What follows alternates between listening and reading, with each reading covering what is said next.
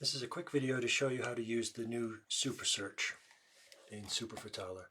So I'm in a project here, and actually I just created a prompt for it, clicking Auto Prompt, which analyzes the entire project and creates a prompt for you. And I'll just quickly translate the empty segments. So I can select we could use a local one, or we could use Open Router. We could use Mistral, Grok, Gemini, Claude, OpenAI. Let's use Claude Sonnet for this one.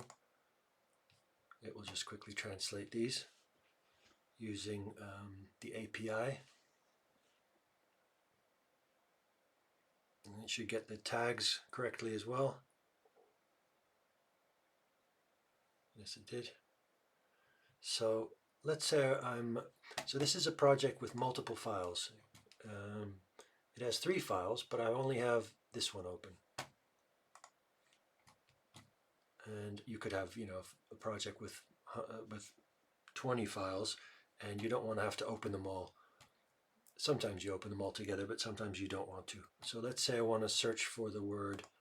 I'm wondering, is the word widget used elsewhere in any of the other files? So instead of opening them, I just right-click and I do SuperSearch.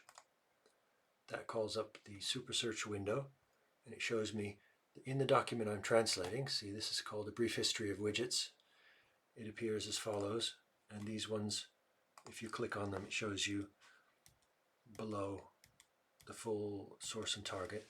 But if I scroll down, I'll see that in the other documents it also appears. They haven't been translated yet, so they're empty on the target side.